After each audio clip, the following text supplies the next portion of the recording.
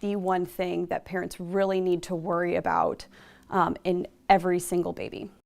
New research suggests there may be a genetic link that could cause a baby to die from sudden infant death syndrome. Now, the research comes as we remember October as SIDS Awareness Month. SIDS is still the #1 cause of death in babies and in Missouri. Doctors say about 60% of SIDS cases were related to unsafe sleeping. That being said, the new research is promising for doctors and parents alike. So the latest research found that genetic markers could actually play a role. Undetected genetic issues like an arrhythmia may make it harder for a baby to breathe or even wake up.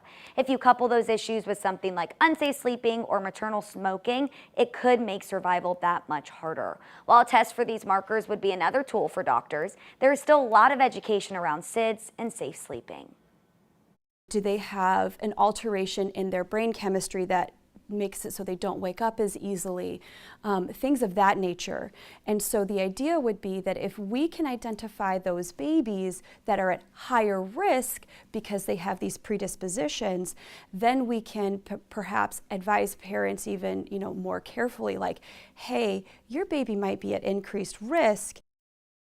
Now, that was Dr. Brianne Colvin, a neonatalist at WashU. She says the research is promising, but in her words, it's not ready to go prime time just yet. She's hoping that the information helps people learn more and do better. Dr. Colvin says to remember the ABCs of safe sleep. So A, always alone. We always want babies to be alone in the crib. B, on the back. Babies need to sleep on their back. C, crib means someplace flat and firm. So not a bed or a rock and play or a bouncy seat, anything like that. She says room sharing is good. Bed sharing is not. But back to that new research is that babies who were predisposed for SIDS and survived may be linked to sudden cardiac deaths later on in life. So researchers say this is promising information.